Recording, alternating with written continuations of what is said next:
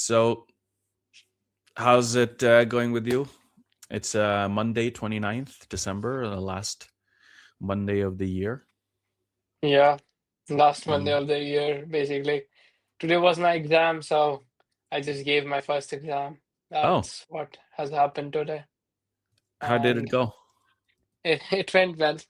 I mean, I Yeah. was able to answer all the questions, and I used different methodologies to make it such that it looks good. Like I did some diagrams, illustrations, examples, and things like that. Mm. Overall, it was quite good. I mean, and yeah, that's what happened in the morning. Then I took some orders that came from Amazon, and mostly that was the thing. And yeah, that was a day. Like that was Monday for me, last Monday of this year. What about you, Rafid? Uh, so I want to just ask you, did you have you had 3 hours of study for the exam or I mean, I wasn't able to study that much, but I was able to like skim through and read all the notes once. So that's what I did in terms of preparation, and then just gave the exam head on. okay. So when you say you weren't able to study that much, you mean 3 hours that much? So it was less than 3 hours? Not, I think, yeah, yeah, maybe. I mean, I didn't counted those hours, but Mm. maybe it was like around that time as well, like only. So yeah. Okay, cool. Yeah, I also had a good day. I was just um, doing some small different things. It wasn't one big thing, but I'm kind of preparing for the next year because this year I've continued to try out some different things. And this year I've gotten a pretty good idea of what I should focus on. So I'm always kind of trying out new things, like small projects. I spend a little bit of time to try out new things to see. And then I kind of include it into a group that I know that this is a good thing to focus on now because I have enough evidence that this is something that the world wants from me. So I have, yeah, I have a couple of things there. So I'm kind of just setting up now because we're going to be doing this hopefully every week. And now that I have you, I can, just hand things over Yeah. to you and just show up for these and not have to do everything myself, like editing and taking out clips and making reels and everything. So I have the same thing with like two other people that are also helping me. So I have to do the same thing like with you. I got you some equipment. I had to do the same thing with the person who helps me with Roblox stuff. So same thing there. Got it. Order some Got it. stuff and figure out what, because we're also going to do live streams on my like educational channel for kids basically. So Yeah. um I yeah. mean, I have watched some of your Roblox videos, and I mean, it was quite interesting. Maybe Mm. I got an interest of making a Roblox game myself. Just Maybe if I yeah. get some time, I'll like make a Roblox game on that side. Yeah. It's really interesting how effective that is, because you just I remember I was doing a weekend course, uh, and I was staying at a place, and the um, the person who owned the place, I guess, had a son, 10 years old, I think, and I was in the kitchen doing some Roblox preparation, and he was doing something in the kitchen, like making some food or something, and he was talking to me a little bit, and then he got busy. And then he saw on my computer, he was just walking away, but he very briefly saw on my computer that Roblox was booting up. It said Roblox Studio. And then so he was walking away, and then he stopped, and then he looked back at me, and then he came back and said, "Wait, is that Roblox?" I said, "Yeah." "What? Like what? Can you show me the games you've made?" Well, so it's really insane. If you compare that to like um, JavaScript, if you're going to be like, we're going to learn JavaScript now, there's no anchor that that gets them, so it's really interesting how effective it is. So yeah, I'm not really a game developer myself. I have developed games before and I've taught it too, but I'm going to use whatever tools are there that gets kids interested, because I think kids today are unfortunately living in a time where it's very difficult for them to learn how to build things and create things of their own when consuming things is so much easier. So yeah, uh, that was one of the things that worked so well this year that I need to have some help on it next year. So yeah. Mm. Yeah, I mean, now it's time to scale. That's what I would say. Yeah, I mean, I just am very careful now with scaling, because I have done this before and I scaled a bit too fast before, and so now I'm taking my time. So for example, with you, the fact that you're helping me with this now, which is really cool for me because it makes it much easier, and I think it's much more interesting as well, rather than having one person talking just to the camera. It's much easier to have a conversation with someone, whatever you're talking about.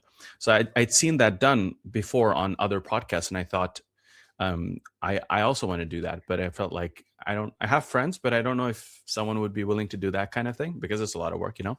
So Yeah. I started working on that a couple of years back, and Mm. so you happen to be the person best fit for that. So that's really cool.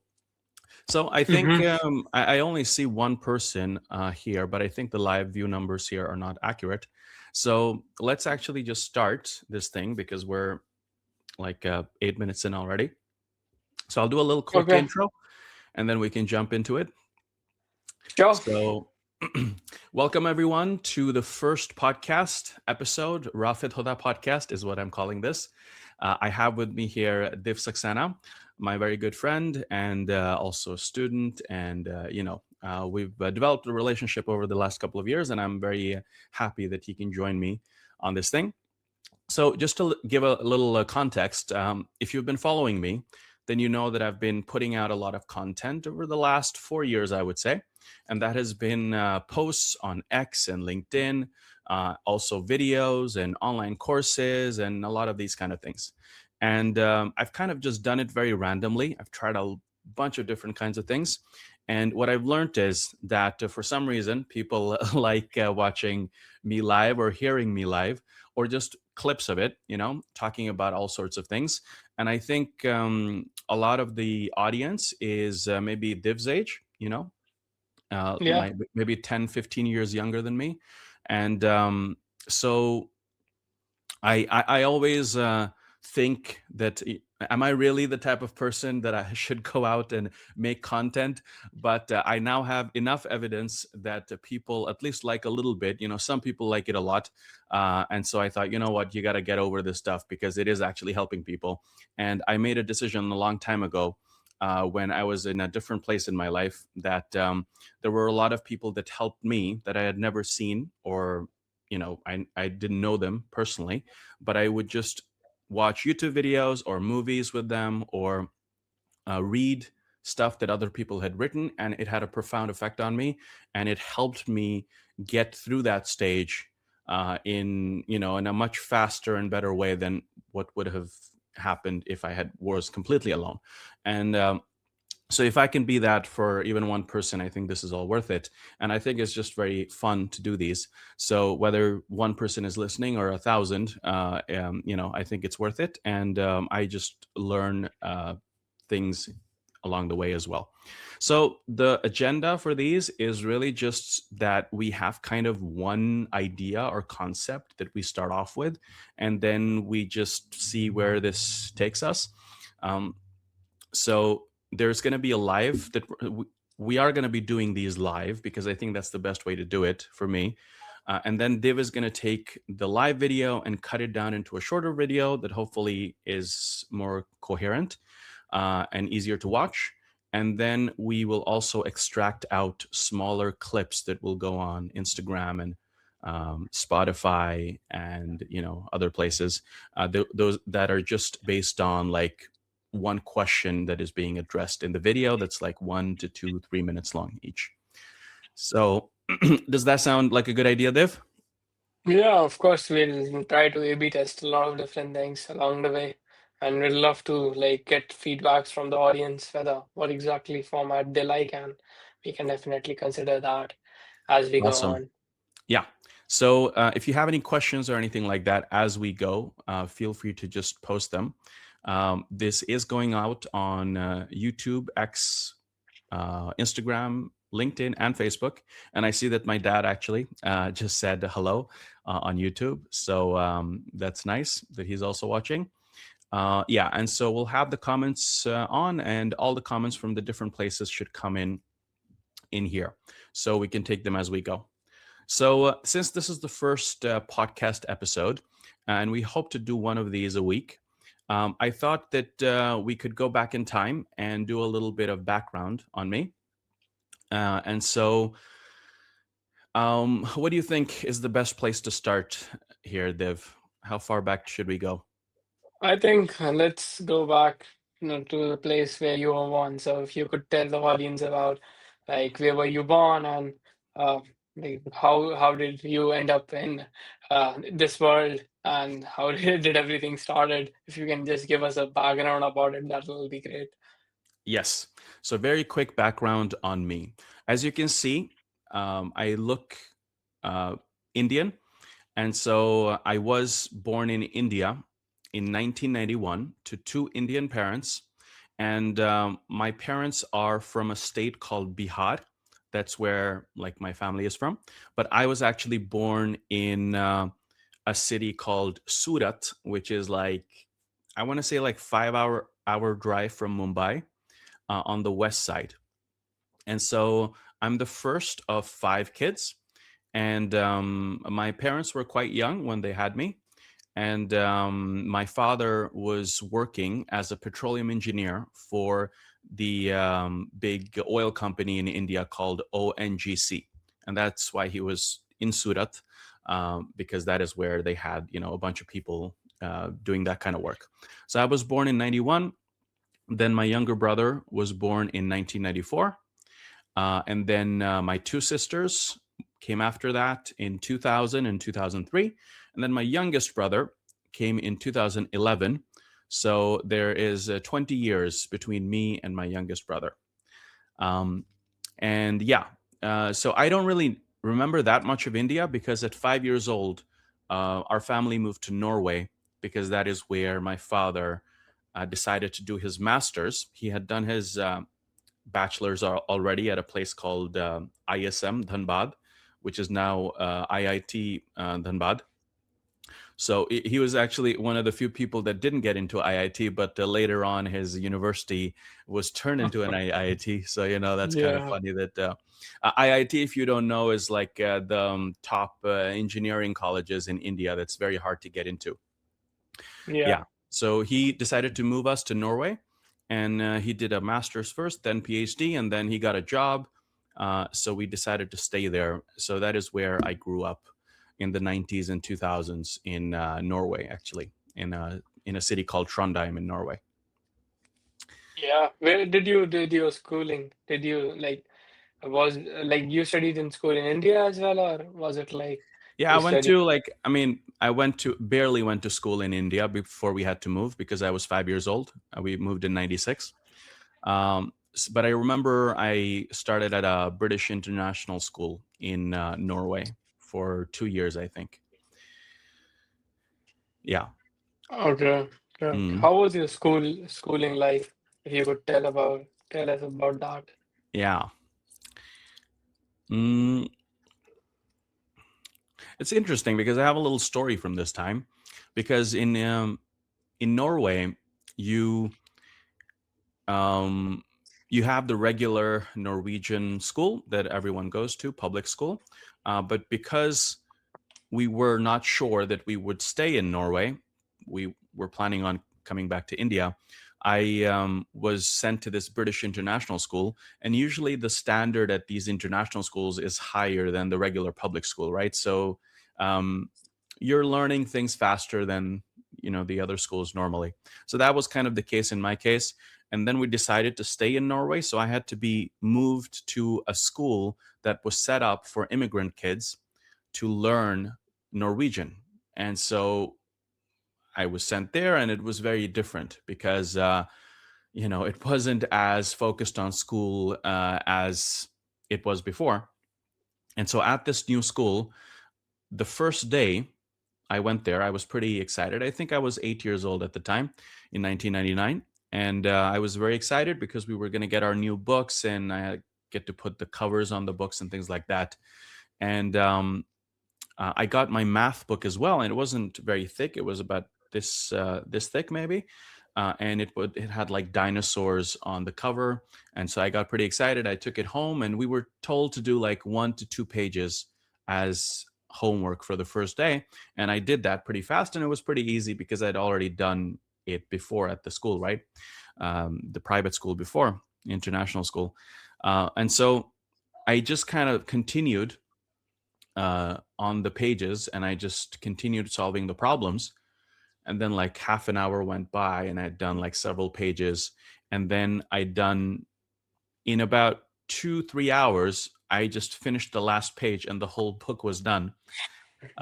So I was like, oh, okay, that was not that bad. And so I took that book the next day, and I gave it to my teacher, and I told her that I've done this book.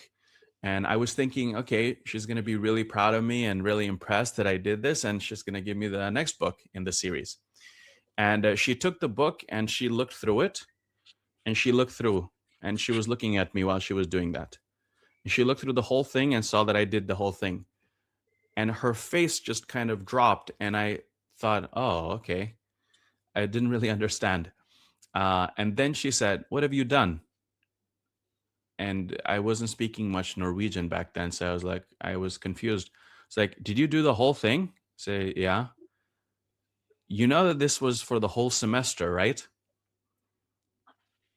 And that was the whole thing where the my expectation versus reality was very bad or very different.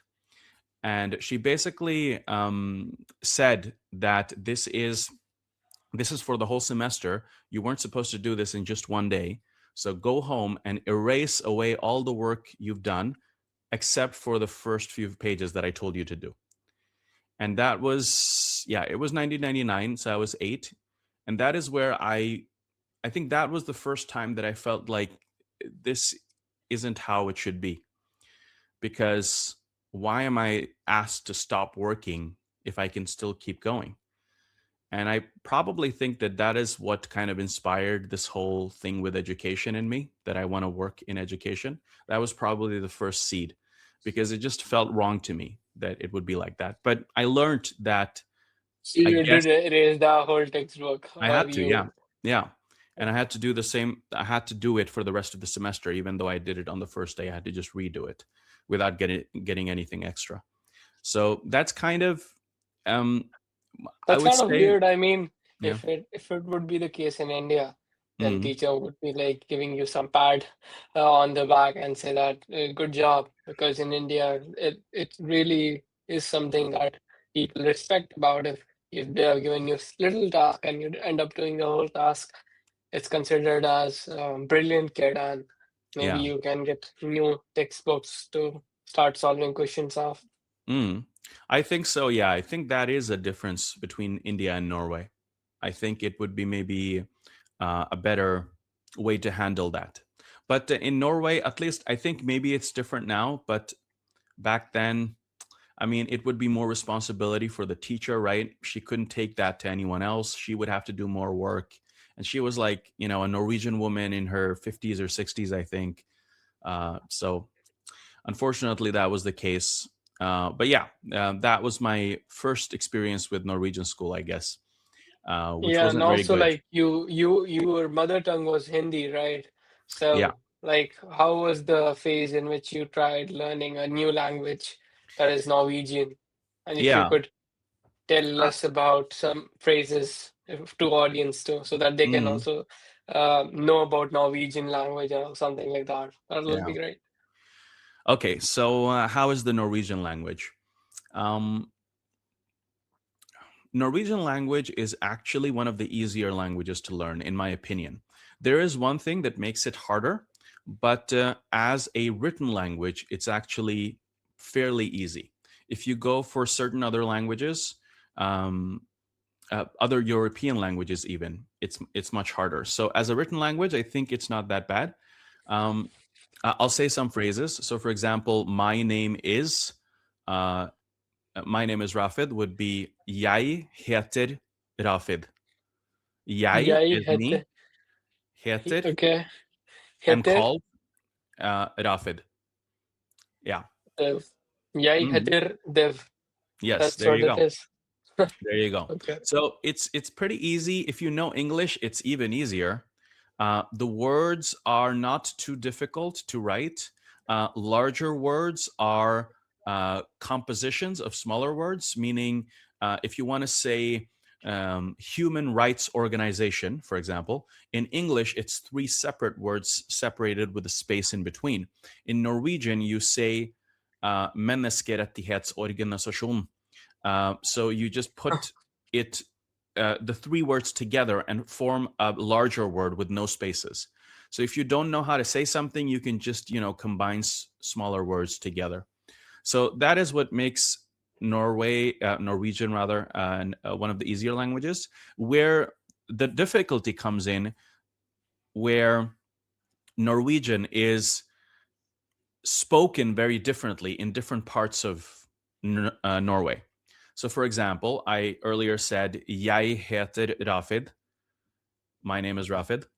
That's how a person in Oslo, that's how they would say it in the capital. If you go to where I grew up, Trondheim, um, Jeg becomes a. Ah, Yeah. So it's I heter Rafid. So oh, Jeg heter Rafid and I heter Rafid sounds quite different. So just that's yeah. just one example. There are places in Norway where even and I'm pretty okay at it. I'm not great, but I can't understand people speaking Norwegian. So I switched to English because it's just too difficult of a dialect. So every place in Norway speaks a certain, like a slightly different Norwegian, and if you go far enough, distance wise, it becomes very different. So yeah, that's what makes it more difficult, I would say. Mm. Yeah, if you want to tell us about like quality of life in Norway and Mm. you've been to India before, like after Yeah, of that. course. I've been to India many times, but the last time I was there was over 10 years ago now. So it's been a while. But yeah, I've been there many times. Quality of life, What difference you yeah, find this is something, while when the quality of life differences between India and Norway is something I can talk about for hours, I think, because it couldn't be more different. I guess I haven't been there in 10 years, so I hear it's much better.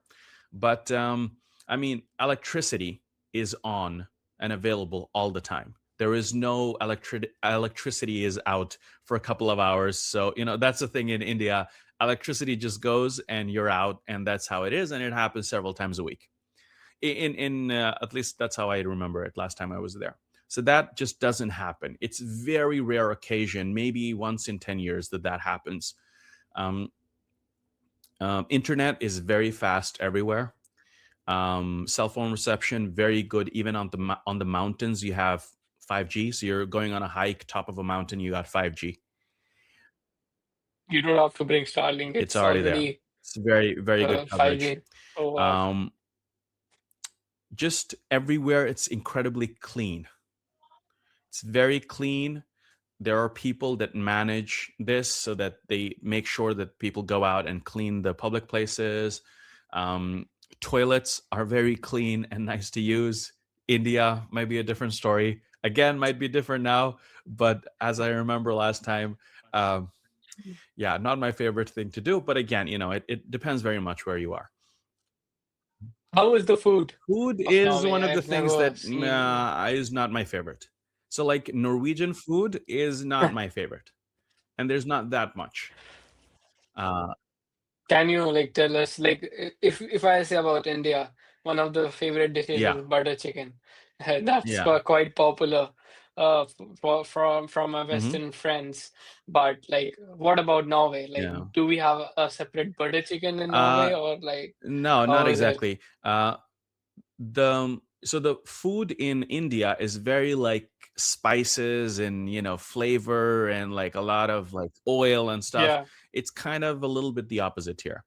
So, for example, for lunch, most people will just take a piece of bread, right? So you take a loaf of bread and you cut it up into pieces, like thin pieces, and then on it you put maybe some butter if you want, and then you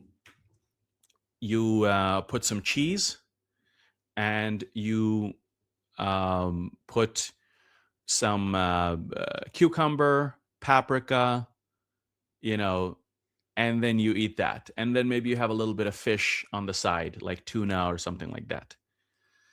Yeah. okay. So more bland, you know. So that's for Yeah, lunch. you don't use any spices into it. It's Very just little. plain. Yeah. So there's fish here as well. The fish is pretty good, I think, overall. Salmon. There is a lot of fish that actually gets caught here in Norway. But even Norwegian people actually use a lot of food from outside of Norway. So, for example, there's a tradition in Norway like Taco Tuesday, for example, which is like, or it can be any day. Ah, It depends on the family, basically. But a lot of families in Norway will have tacos once a week, or frozen pizza, or something like that. Yeah, oh, yeah. There's a frozen very pizza. popular Like, frozen pizza, Grandiosa, in Norway that people will have.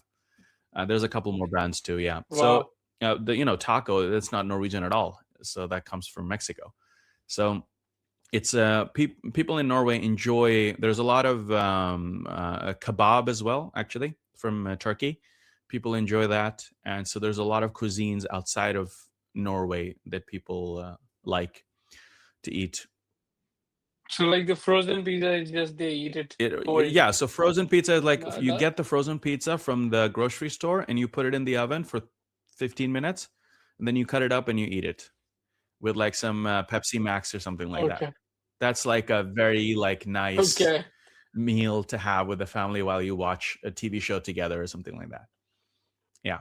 But people in Norway really enjoy How are the Indian food. Christmas A celebrations? lot of Okay. Norwegian people about what's your favorite food from, a lot of them will say India. A lot of them know butter chicken. There's like in just in Oslo area, I think there's about 40 Indian restaurants. Yeah, 40 yeah. Indian restaurants. It's That's a big incredibly number. popular. Yeah. Yeah. How are the Christmas celebrations going on right Yeah, now in Christmas Norway? celebration is yeah, it's a tradition every year. So you get a Christmas tree and you decorate it, and then you buy presents for the close people in your life. So that includes your parents and kids, brothers and sisters, and friends. And then you wrap it up, and then you put it under the Christmas tree. And then usually there's be one place where everyone meets. And then you bring all the presents, and then you have some food, Christmas food, which is actually pretty good. The Christmas food is pretty nice. Yeah. Uh, and then you open the presents. That's on the 24th, Christmas Eve. And then there's the first Christmas Day, second, 25th, 26th, where you also just hang out with family and have some, you know, nice but unhealthy food. And maybe you watch some movies together, like Christmas movies. So that's usually what Christmas is for people. Okay, let's take these things to the next side and let's move on with your what happened. Where did you go? Like, can if you could tell us about where you went as a college and what major you did after the school after you Yeah. end up uh, passing out the school phase to the Yeah. college phase. If you could tell Okay. us about that. Uh, mm, Perfect. Like which university you went to, and which course you Yeah. chose, and how was things Okay. like that? So I'm going to just remind everyone here at this moment that if you're watching, I see some more people are watching. If you have any questions for me, please feel free to put it in the comments and we'll answer them as we go. This is kind of the first episode we're doing, so we're just learning how to do things here, but we're trying to cover a little bit of my journey from when I was born up until now. Um, my college, right? Before I go into Yeah. college, let's stay a little bit in earlier life, because there's a lot of interesting things that happened. So um, I grew up. So this is going to be like internet history, basically, because I am incredibly lucky because my dad was one of those people that were into computers way before people even knew what computers were. So we were talking about his college, right? ISM Dhanbad, that's now IIT Dhanbad. He was the first person who actually wrote the first computer program that was ran on the first computer in that campus. And this was in the 80s. So you can imagine, how far ahead he Uh, was from his peers. So he wrote it yeah. actually out because he couldn't actually use the computer all the time. It was in a special room, so he had to write it out on paper, and then he had to type it in and debug and everything. So this was a long time ago. So when he was working in India, he became the go-to computer person for people. So that also meant that he got access to like computers that they were not using. So he would bring home those computers to use at home. And that way, me and my younger brother got access to these computers at the age of like 5, you know? And so this continued in Norway as well. And so I got access to a computer when I was 5 years old. And then when I was 6, 7 years old, my dad showed me the internet, and he said that, if you connect with this phone line, you can connect to other computers. And this is a website that someone else made and that you can see through the computer. And that's when my brain just went like, oh my gosh, whoa, are you telling me this someone else made this? Yeah. And I can use it through yeah. So that was when my brain just, it opened up a whole new world. And so I remember using Yahoo. Uh, Younger people won't know what that is, but Yahoo was the biggest No, I website know. on earth back Yeah. then. It Yep. was Yep. the It was. it was the place you would go to find information. But the way it worked was that you go to the place and then you say, I want sports information. And then I want to, read the news or read the match from yesterday on cricket. And then this. So you had to click yourself to the information you wanted. And then one day in like 98 or something, 99, my dad said, do you know about Google? I said, no. Let me show you. Google.com. Uh, Search up whatever you want in that box and press the button. Really? Anything? Yeah. Okay. My 8-year-old brain. Toy Story. Click. And then you get a list of all the websites in the world in one place, with the higher result based on what's more relevant for you. Again, just mind blown, because Yahoo was nothing close to that. And then, of course, we know what happened to Yahoo after that, So this is the time when I was growing up. Then at like 9 years old, um, my dad came home with this software called PowerPoint, and he gave it to me and my brother to mess around. And we had the computer at home, and um, we started doing stuff there. And at the time, Pokemon was really big. It came out in the late 90s. And I started using the draw tool to draw Pokemon. And then I moved it a little bit. And then I kept doing that. And then you could make movies in PowerPoint. You know, it wasn't meant to make movies, but it's a tool. You can do anything with a tool. You decide what you want to do with a tool. That was the first time I made something by myself using a computer. that I actually cared about. And after that, there were other softwares, and I started learning something called Flash that allows you to make movies and games and programs and designs and all sorts of things, right? And that is when since then, that part of me hasn't changed. Hmm. The computer is a place where I can express myself self creatively. And it took several years to learn enough to get good, but that's all I wanted to do. I would come home from school and spend several hours every single day teaching myself how to do these things, whether it was building a game or it was, making a website or designing something in Photoshop. That's what I wanted to do. And this is before YouTube, remember. YouTube came out in 2005. So Wikipedia is something I remember coming out for the very first time in 2000. So in order to get the information, in and be sure that it's good information, you had to go to the university library. So I was pretty young still.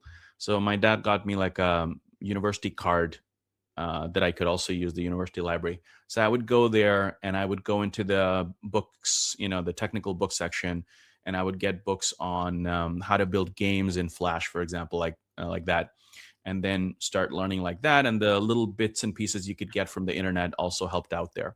So that is like my passion that I have for this stuff today came from that time, I would say. Yeah, so that's kind of what was happening when I was like 9 to 14, 15 years old. 2005, 20 years ago now, is when I made my first few video tutorials. At that point, I had already um, taught myself things for several years, and I felt like I was starting to get good enough to teach others. And so back in the day, there was Photoshop was much bigger than it is now, and the websites back then looked much more creative and different than they do now, actually. And one of the things that people wanted to learn was, how do you take a website fully designed in Photoshop that looks amazing, and how do you cut out a little piece of it to make it a clickable button that takes you to a different website or a different web page? So that was something people wanted to learn, and I had taught myself that. So I made a like 30-minute, 40-minute video tutorial on that, and I put it up, and some people were following me, so they started using it. But then a lot of people started watching it, and then these websites started reaching out to me to ask me if they could host this tutorial on their website. And that is when I started getting a lot of traffic. So that's when that was my first big success, I would say, Yeah. because I got I like I said yes to it from this woman, like adult woman in US, saying like, we would like like to link to your. I said, yeah, of course, go ahead. Then I went to sleep in Norway, and there's like a 6 to 9 hour difference between Norway and US. And then when I woke up the next day, my website was not working, and I panicked. It's like, what's happening? This is the first thing I would do, is check my website. And then I figured out, a lot of people must have been, accessing my website, which is why my server is down. So about 15,000 people were trying to, come into my website every day, unique people per month. And that is when, at like 14 years old, I started getting a lot of emails every week of people 3 times my age sending me like, you helped me get through this course in college. Thank you so much. And that is when I understood it doesn't really matter on the internet if you're 14 or, um, 30. As long as you're putting out content that people want to watch. And it was much easier to make content back then. If so few people were making content, that even really Yeah. bad content did really well, because this tutorial of mine, I was not sounding very like I was a 14-year-old kid, but even that was working. So that is when I went, okay, wow, that's the education passion in me awoke back then, I would say, because I looked at the impact that it was having. Mm. Yeah. So, like, did you end up creating more videos, or you just I, stopped because of other things? And I, like, I, as you said that That Mm. time, even shittiest content was getting viral. So, don't you think Yeah. you had the opportunity to like create more videos and maybe but like your videos could more videos could get viral? But I think you were like just 14 years old that was just Yeah. playing with different things, Yeah, right? I didn't think too much about what could go viral or what. I just kind of did what I wanted, like I liked doing. Um, so I did make some video tutorials, like I probably made like 5 in total or something, but I was just doing different things. I was making some movies also, like animation films I was making. Um, and I was making websites and I was learning a little bit about coding and things like that. I was talking to a lot of people actually. It's interesting because that generation of creators, actually, some of them went on, you know, doing really well on YouTube because YouTube just came out in 2005. I was 14 that year. And I think I got a link from a guy I knew on chat on like MSN Messenger with a youtube.com link, like the end of 2005, the year it came out. And I was like, what is this thing? YouTube.com? And I clicked it and there was some video. But the big thing for me was that there was a video playing in the browser without me having to download the video first and play it locally on my machine, which is how things were done back then. So YouTube somehow managed to do it very seamlessly with very little buffering in the browser, which is why people started using it back then. And then I started making some YouTube videos as well, and but there's this guy I used to talk to called Ed's World back then, who used to make cartoons. Unfortunately, he passed away like 13 years Oh, ago, but his channel is still alive. Other people manage it and make it, but he has 5 million subscribers now. And there's Smosh as well. They are very big. I think they have probably 30 million or something. But these people were damn. kind of, I was interacting with these people a little bit back then. So a lot of the you know people now kind of started off back then. Then I think, Yeah. yeah, go ahead.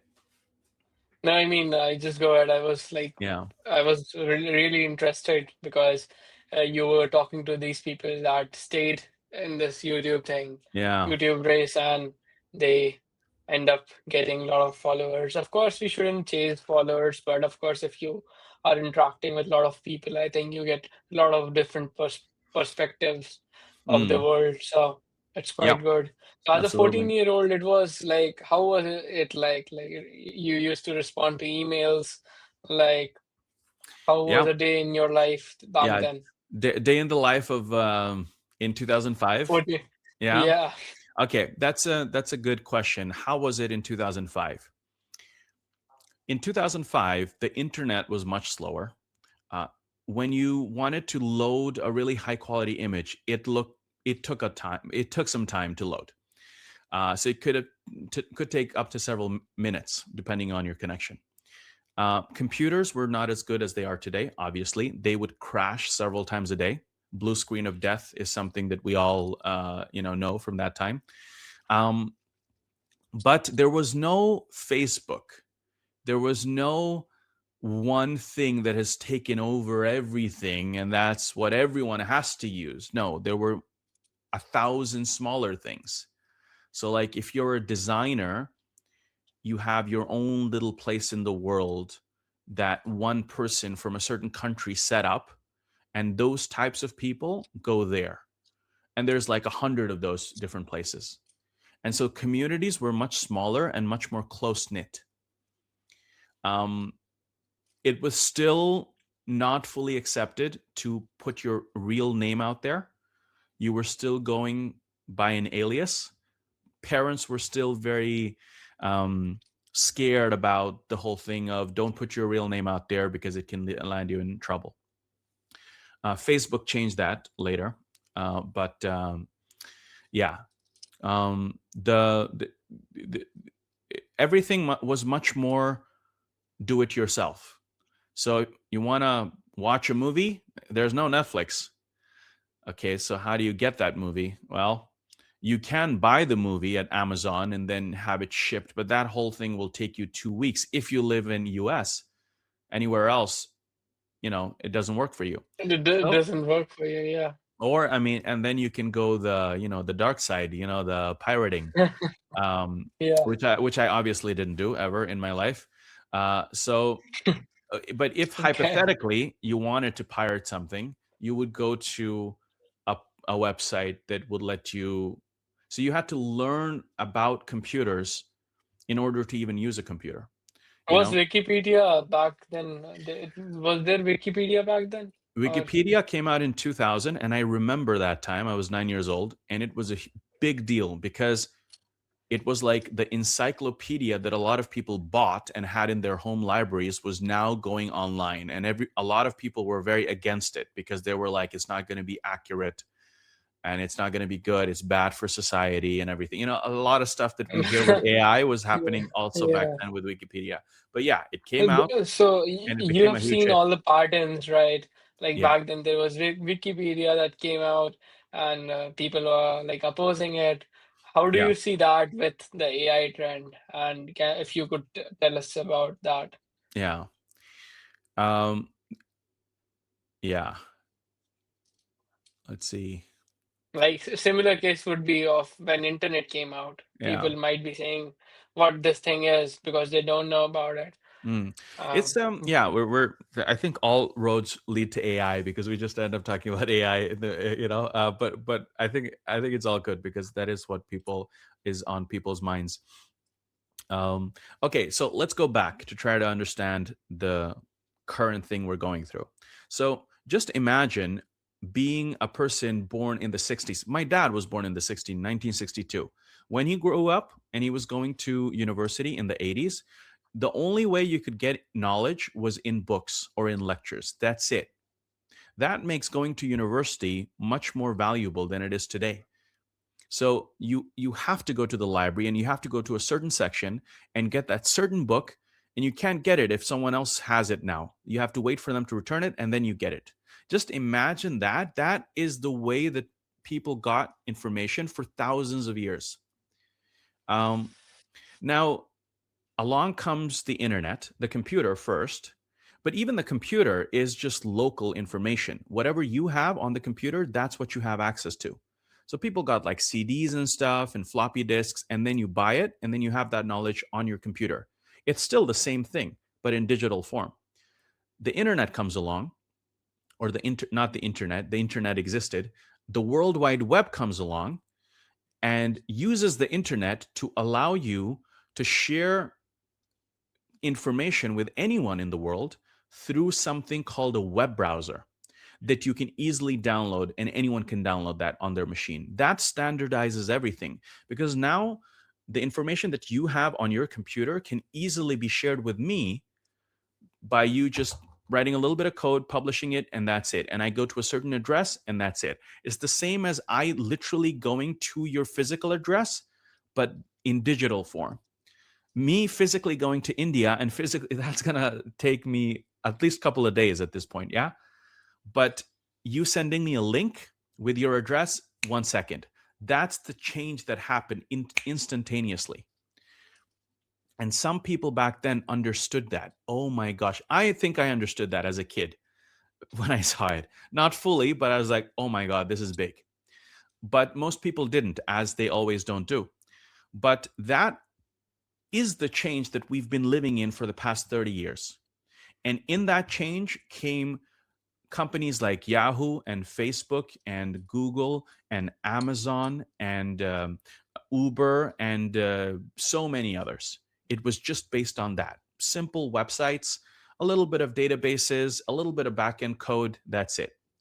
Now, you take the entire web, World Wide Web, with all of the unimaginable amounts of information, and you invent a machine that takes all of that and reads it and learns it in a certain way that we don't need to get into, and then takes that and compresses it down to a file that's like 200, 300 gigabytes, not more than that. It can be put on a SSD drive.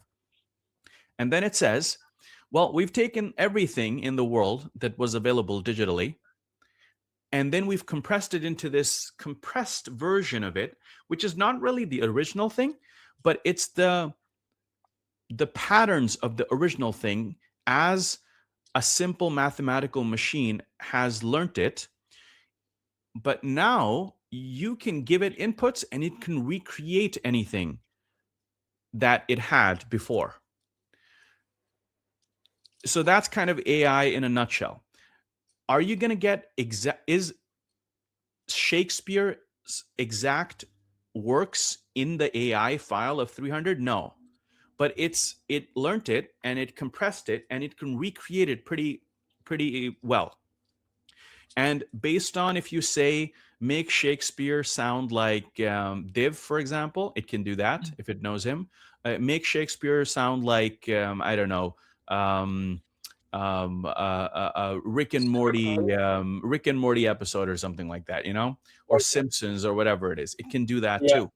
So that is that is a completely different thing from the internet. It's a completely different thing, which we don't even understand yet exactly. We're going to look back in 10 years to this time and have a better understanding of it.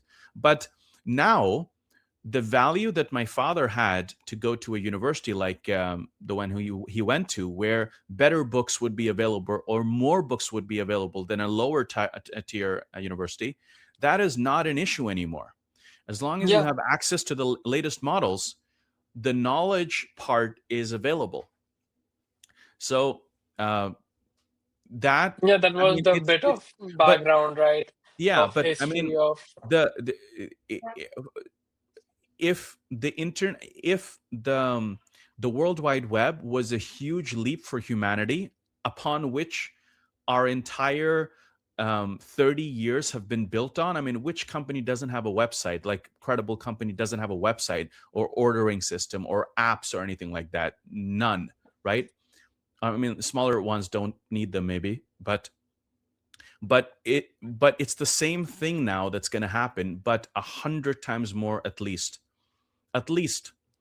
because whereas, I mean, I'm working on projects all the time now that are just so it wouldn't be possible before. Um, it wouldn't be possible before. I'm saying that my dad is saying that Div is getting sleepy. I think I'm being no. very boring. Maybe we should go to a different one. But I'm just going to say a last thing on this is that um,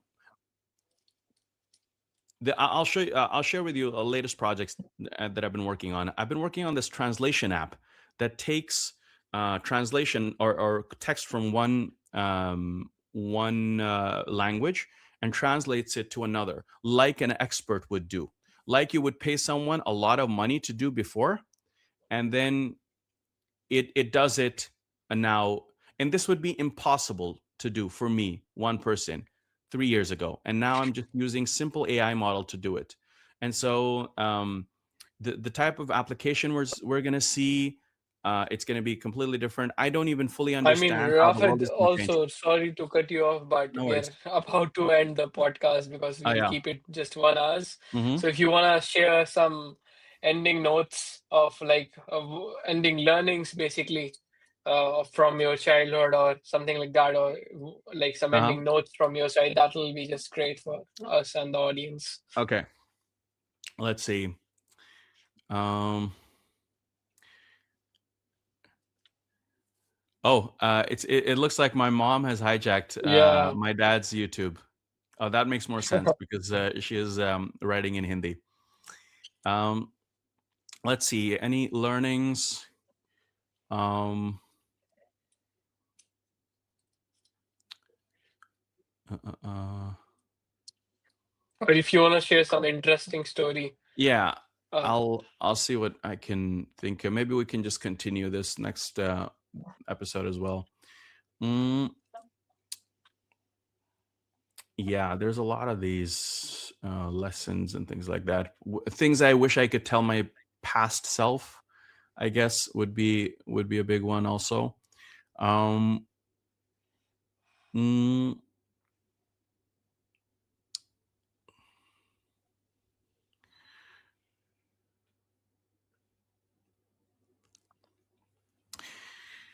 Um, let's see.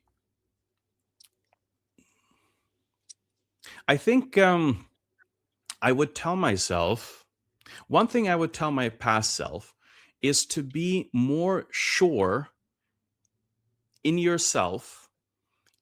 Um, that's something that everyone says, but what I mean here specifically is that there is a tendency to go to other people and ask them, tell me what to do, to parents or to books or other people. And it's okay to do that. You should do that. But there is also a much more systematic way in which you can figure out what is it that you should be doing at any given moment. And so, for example, let me share a little thing here. For the longest time I thought that I have to go to university because that's just something I have to do. Because like my father has a PhD, obviously I have to go and get at least a master's. That's not a way to think about things in this world. Like, just because my dad has a PhD, that's because I have to have at least a master's. How does that make any sense? You know, like if my dad is a carpenter, I have to become a carpenter, at least go through the whole education of it. So there's a lot of things like this that I just did without really thinking it through, and didn't have the, I guess I didn't have the courage myself. Um, so I think I would do that. And if you are maybe listening to this and you are in a place where you are maybe a little bit unsure on what to do and how to do it, let me give you a little guide on how I do it now, because I feel like I've learned to do it in a better way now. Just know that no one knows what they are talking about. First of all, no one knows what they're talking about. The people at the top that have done something for 30 years, they do know what they're talking about, actually. It's not true that they don't know what they're talking about, but they know that there is no way that you can know before doing the thing. Okay, there's no way you can sit and think yourself to all the good decisions and then only do the good decisions 100 rows, in a row. 100 good decisions in a row. That doesn't work, but we all want to do that. If I can only think more, I can do it. The planet doesn't work ever. You only learn as you do the things. So you have to figure out what is the smallest thing that I can do that doesn't destroy me, that allows me to start learning here. So I'll give you an example at different ages. So if you're 13 years old and you're like, I want to make money. Okay, how can you make money? Maybe you can deliver newspapers. Maybe you can work as an assistant or a cleaner at McDonald's. Don't think that, oh, this is a big decision that I'm going to do for the rest of my life. No, you're just going to do it for a little while, maybe just a month. But do it, and then you'll see, this is how this was. Okay, but you can do the exact same thing also if you're 30 years old or 45 or 50 years old. You just have to pick something very small and be like, okay, I'm going to do it, and then I'm going to see how it is. So for example, now when I'm testing new ideas, um, if you don't have anyone that like knows about you online or something like that, I'll go from that one, because that's most true for most people. If you don't know anything and you want to test something, like I want to make some money, for example, then you go, you make a, you come up with an idea of what to do. Okay, for example, let's just come up with something now. um, I know how to do video editing, and in 1 hour you can do a Zoom session with me, and I'll teach you with video editing. That's something anyone can do with anything almost. Or you find something very specific, like very low budget wedding videos or something like that. And I'll come to your wedding and I'll take video on my phone and make a fun little video. This is not for people that want to spend thousands on it. I'll I'll do it for you for low budget. There's a lot of these ideas you can come up with, but you make a little web page, a simple one that shows this. Maybe you make a little video, and then you put it out online, and you get it in the you get it to people that may have that problem, and then you see, are they actually reacting to it or no? If there's absolutely no reaction and you've tried for 2 months every single day, maybe not such a good idea. If they are reacting to it, then maybe there's something there. Reach out to them, do a video call with them, ask them more questions. You know? So these type of things I wish I did more of. I was the person who was like so smart that I could just sit at home all day and think up these brilliant ideas and then just spend months or years on them without needing to talk to many people. And spoiler alert, I'm not that smart. I'm pretty stupid as anyone. Yeah. And all you do is you lose a lot of time based on this. And so that's the only way to figure out what works, is making a little thing, putting it out there, see if it people do anything with it. Sometimes what people do is that they reach out to you if they know you and they ask you, can you do this for me? That's a very good sign. If someone is asking you for something that they want, there's probably something there, because it takes a lot for a person to reach out to someone when that's not what they do, and ask them, do you do this? If that is happening to you, put up a thing and say, I do this, and then see if people do it. This is how you start doing something when you don't have anything. Yeah. Yeah. So I mean, I think we are out on time. So yeah. the today's podcast was quite extensive, in which we like you talked about your past life and like how did everything started, and when you moved to Norway, your school days and things like that. So I really appreciate that, Rafid, from your side, and thanks for the audience who is listening to us. We would love to get your suggestions. We have put at our website as rafidhoda.com/ask. I think that's the URL Mhm. that you can go to and like write down some questions there as well, if you would like those questions to get featured on our next podcast. That's pretty much it, Rafid. Do you have anything else you want to say? We are about Uh, to end. yeah. Just put that up here for a second here. If you want to go to my website, rafidhoda.com/ask, as they've said, you can post your questions. We'll look through them and see if we can incorporate them into these. Thank you so much, Div, for doing this with me. The first episode is always like a little bit like all over the place, but that's how anything starts, because you have to start somewhere. And Yeah. I hope that we can continue doing this once a week coming up in 2026. And I also hope that we can make this into a thing where people can join live as well, because I think podcasts are really cool, but the live aspect I think works really well. And we are also going to cover things later on. Like right now was more about me and my journey and stuff, but in the future it's going to be more like the theme is going to be, let's say, mental health or technology or learning to program, artificial intelligence, relationships, psychology, sales, business, how to start a business.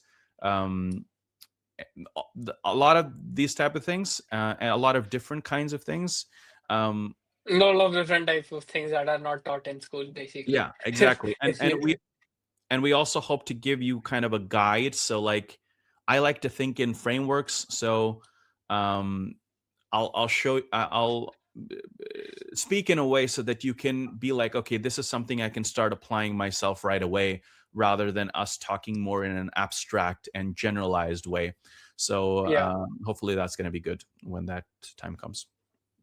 Yes. All right, guys. Thanks, Rafit, for joining us Yes. today. Thank you. And thanks, audience, whoever joined us from the start. And stay in touch. All right, Rafit, let's end Yes. the Let's stream. wrap it up. Okay. See you later. See you.